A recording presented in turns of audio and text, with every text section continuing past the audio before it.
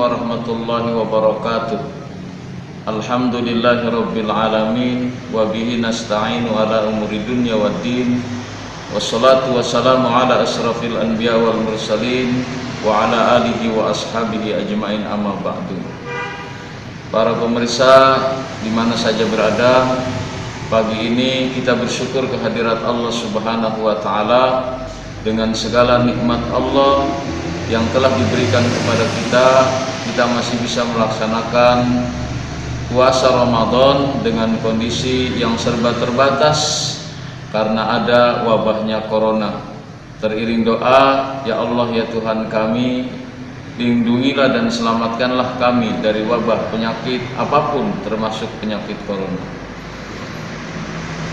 Para pemirsa di mana saja berada, dalam Islam, agama Islam menjelaskan tentang akidah. Akidah itu sangat penting karena akidah itu ibarat bangunan, merupakan fondasi yang mempengaruhi seluruh bangunan. Ketika akidah itu kuat, maka insya Allah pengamalan agamanya juga akan kuat. Tetapi apabila akidahnya rapuh, maka pengamalan agama juga akan rapuh. Maka dengan demikian mari kita memperkuat akidah kita sebagaimana Rasulullah SAW mengajarkan akidah dengan rentang waktu yang sangat lama dibanding ibadah, yaitu 13 tahun, sedangkan ibadah hanya 10 tahun. Akidah yang sahih membuat orang selamat dunia dan akhirat. Maka ada beberapa hal yang bisa merusak akidah, tetapi kita harus mengenalnya dengan baik. Yang pertama, yang merusak akidah itu adalah faktor pendidikan. Dengan pendidikan yang lemah atau pendidikan yang salah, maka akidah seseorang akan mudah goyah. Karena itu pendidikan akidah harus diajarkan sedini mungkin. Bahkan dalam Islam, akidah diajarkan untuk memiliki anak yang soleh dan solehah. Maka pendidikan akidah dimulai dari sebelum menikah. Pasangan yang akan menikah harus sesama akidah, satu akidah. Kemudian mereka juga akan memilih dan diingatkan oleh Rasulullah SAW ketika seseorang akan menikah, maka motivasinya ada yang karena hartanya, karena kecantikannya, karena keturunannya, dan karena agamanya. Kata Rasulullah, "Fasbar bizadid tadribat yada." Maka pilihlah karena agamanya, karena akan diselamatkan oleh Allah Subhanahu wa taala. Maka setelah menikah pun mereka harus mendidik anak-anaknya dengan cara-cara yang Islam. Dikenalkan fa'lam annahu la ilaha illallah, kenalkan inna dina indallahil Islam, kenalkan wa may yabtaghi ghairal islami dina fala yuqbala minhu wa huwa fil akhirati minal khasirin. Melihat seperti ini, maka orang tua adalah faktor utama dalam pendidikan. Dalam hadis Rasulullah SAW menyatakan, kullu mauludin yuladu alal fitrah fa abawahu yuhawidanihi aw yunasironihi aw yumajisanihi. Setiap bayi yang lahir dalam keadaan suci, bapak-bapaknya lah atau orang tuanya lah yang membuat mereka jadi Yahudi, Nasrani, dan Majusi. Maka warna anak itu seperti apa sangat ditentukan oleh orang tuanya, termasuk adalah masalah akidah. Maka dengan demikian ada ungkapan Arab yang mengatakan al-ummu madrasatul ula. Ibu adalah pendidikan pertama buat anak-anaknya. Maka begitu besar peran orang tua dalam menentukan akidah setiap anak. Maka dengan demikian tak hanya fokus memberikan pendidikan agama pada anak-anak, tapi juga kita harus aktif membangkitkan, mengembangkan berbagai majelis taklim untuk para orang tua. Supaya apa? Supaya orang tua memiliki akidah dan pemahaman agama yang baik, dan itu akan diajarkan kepada anak-anaknya.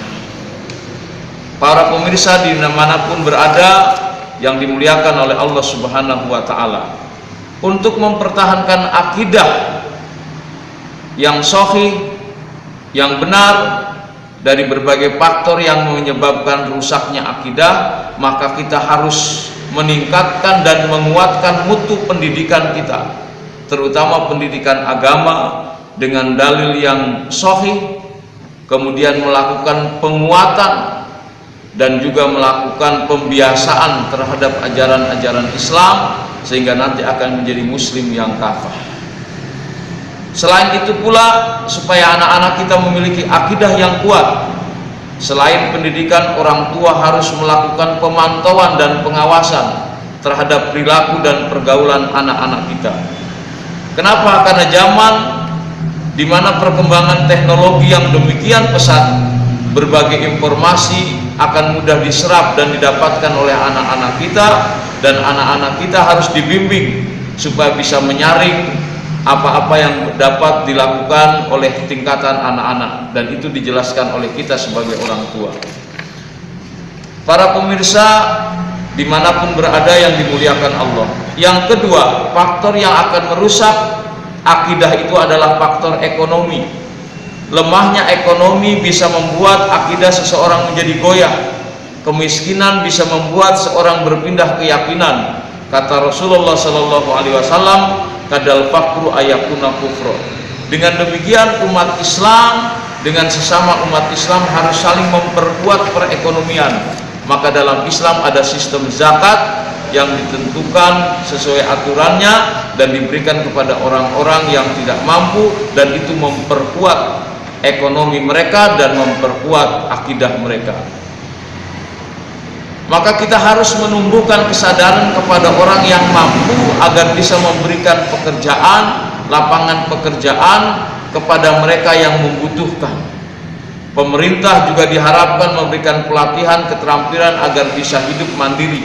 Dengan demikian, pemerintahnya pun harus orang-orang yang menyadari pentingnya memperkuat akidah. Yang ketiga, yang bisa merusak akidah kita itu adalah faktor politik.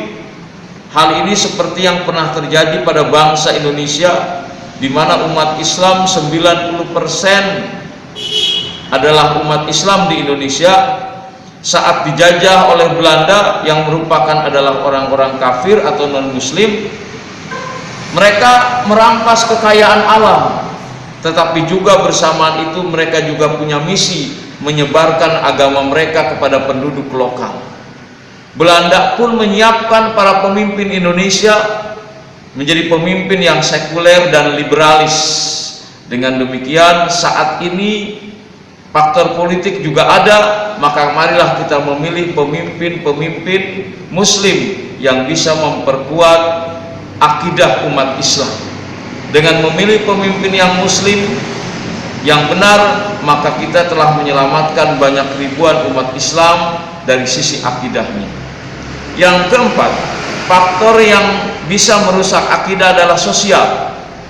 Kehidupan masyarakat yang mungkin di tengah masyarakat selalu timbul kekacauan, pemberontakan, perselisihan, bentrokan dan lain sebagainya. Negara itu tidak aman, tidak tentram, maka orang-orang akan mencari perlindungan kepada orang yang kuat atau kelompok yang kuat yang dianggap bisa memberikan keamanan dan kenyamanan. Namun berbahayanya jika kelompok dan orang yang kuat itu adalah orang-orang di luar non-Islam atau non-Muslim atau orang-orang kafir, maka orang-orang itu akan bisa mempengaruhi akidahnya orang-orang Islam karena dia berlindung kepada orang-orang di luar Islam. Sebagaimana kaum muslimin yang terusir dari negerinya, yang dari Palestina, dari Afghanistan, lalu berlindung bersuaka politik di negeri-negeri yang non-muslim, dan itu bisa mempengaruhi keagamaannya atau akidahnya. Maka ini harus dijaga kestabilan sosial dan keamanan dengan cara yaitu wa'tasimu bihablillahi jami'a, yaitu memperkuat persatuan dan kesatuan umat Islam. Apabila umat Islam saling memperkuat yang satu dengan yang lainnya, maka umat Islam akan lebih kuat. Demikianlah beberapa hal yang menjadi hal yang membuat kerusakan akidah, dan mudah-mudahan ada manfaatnya buat kita bersama, dan kita berdoa kepada Allah agar kita senantiasa dikuatkan iman dan Islam kita.